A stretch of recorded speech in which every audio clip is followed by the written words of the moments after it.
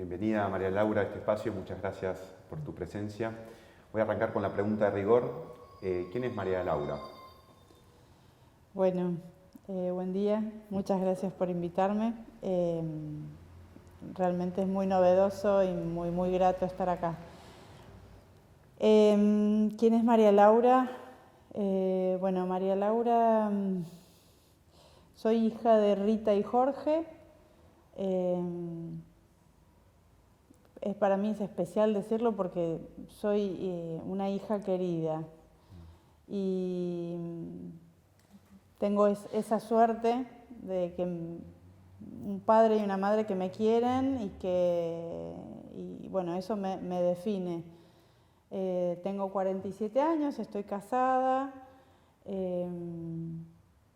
no tengo hijos, pero sí tengo una hija grande que es mi madre. Así que bueno, en cierto sentido tengo ese deber maternal. ¿Qué edad tiene tu hija grande? Mi hija grande tiene 80 años y bueno, tiene Alzheimer, sufre de Alzheimer, está internada hace 4 años y medio. Ya hace casi 15 años que yo empecé a percibir levísimas disfunciones en su comportamiento y bueno, con dolor tuve que decirme a mí misma, acá pasa algo raro, algo hay que hacer, no podemos hacernos los distraídos. ¿Vivían juntos cuando empezaste a percibir esos pequeños, llamémosle síntomas si querés? Síntomas.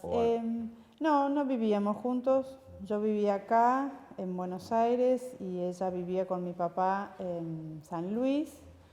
Nos veíamos en las vacaciones o en los fines de semana largo y bueno, nada, yo conozco a mi mamá, todos conocemos a nuestros padres en cosas muy pequeñitas, muy cotidianas y de repente empecé a ver que ella no era la misma de siempre.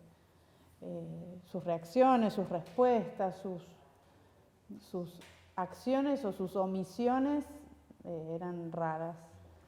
Así que bueno, empecé a buscar un neurólogo.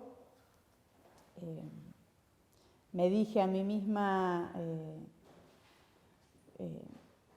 hay que verlo, no se puede no ver. Estos síntomas, estas primeras acciones u omisiones que no eran propias de Rita. Exacto. ¿Y Rita, esto te lo comunicaba tu padre ya que no vivían juntos? No. ¿O era el momento en que vos ibas a San Luis y veías como ella no, el Alzheimer la estaba dejando de ser ella? No, tal cual. Mi papá no me decía nada porque en realidad él no veía nada. Pienso que desde ya, en primer lugar, por la cotidianeidad, es quizás más invisible para el conviviente. Yo la veía cada 3 meses, cada 5 meses, entonces para mí era patente. Así que... ¿Cómo se llama tu padre? Mi papá se llama Jorge. Jorge, estos cambios de actitud en sus acciones u omisiones, ¿resultaban Rita o también tenía la misma lectura que vos, que ella estaba cambiando un poco? No, mi papá también por una cuestión, nada, de cómo es él, pero además por un amor gigante hacia mi mamá, le impedía ver, le impedía ver y casi hay una negación. Les costó muchos años llegar a ver que mi mamá estaba enferma. Y bueno, yo viendo esa dificultad, yo digo, si yo también me hago la distraída, bueno, pues esto no va a empeorar mucho antes de lo natural. ¿Qué tipo de cobertura médica recibía en San Luis? ¿O qué tipo o equipo médico la seguía? Mi papá es ingeniero y dio clases en la Universidad de San Luis durante buena parte de su vida, así que tenían la obra social de la Universidad de San Luis. Y cuando venían a Buenos Aires y se quedaban varios meses, tenían aquí una reciprocidad con con otra obra social, con la SUTEM. Y los médicos en particular que abordaban por esa cobertura médica, ya sea en San Luis o cuando residían meses largos acá en Buenos Aires, ¿qué le prescribían? ¿Qué te sugerían a vos como hija, madre? O a Jorge, ¿qué les decían? Mira, en San Luis en realidad no se trató por este tema. Sí, justamente los meses en los que estaban acá, como estaban jubilados, venían, se quedaban varios meses y yo entonces aquí la empecé a hacer tratar con una médica neuróloga del Hospital Italiano. Y, perdón, previo a eso, la empecé a hacer tratar por un neurólogo que era como muy reticente a dar un veredicto, ¿no? Un diagnóstico. Un diagnóstico, decir acá pasa esto, acá pasa lo otro. Entonces, bueno, en principio se trataba de un síndrome de olvido benigno. Yo para mis adentros decía, acá hay Alzheimer. Pero bueno, nada, como no lo dicen los médicos, olvido benigno, bueno, está, será parte de la vida, parte de la edad, parte del cuadro.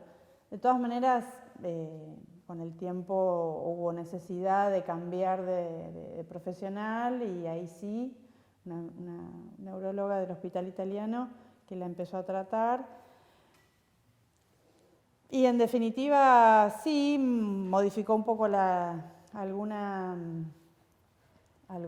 medicación y finalmente fue ella la que sí diagnosticó, creo que sí, que diagnosticó Alzheimer. Sí, escribió en el papel Alzheimer. ¿Recordás y te animás, en su caso, a hablar de estas acciones u omisiones que vos considerás que estaban cambiando la personalidad de Rita? Mi mamá siempre fue una mujer sumamente social y sumamente abierta, muy conversadora, con un don de gentes muy particular. Con un don de gentes, qué sí, lindo. era un encanto de mujer. Por eso mi papá estaba deslumbrado y sigue a los 84 años deslumbrado, acaban de cumplir 50 años de matrimonio. Y mi papá, bueno, nada, era una mujer encantadora, y de repente empezar a notar que ya no conversaba mucho, que ya no intervenía mucho en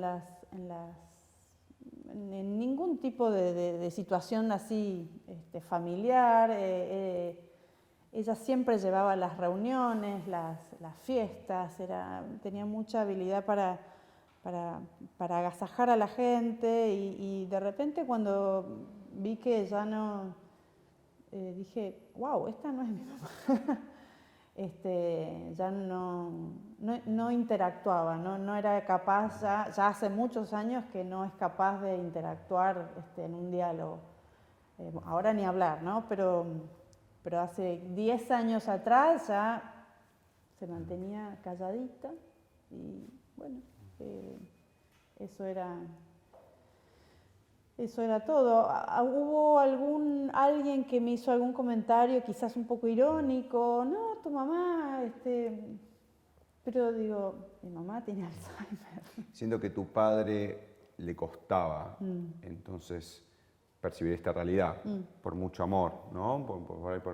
Por aferrarse al pasado y no poder ver la actualidad del estado de ella. ¿Cómo hiciste vos como hija para, yo no sé si tenés hermanos, si tienen hermanos, cómo hicieron ustedes para decir, tenemos que dar un próximo paso con mamá?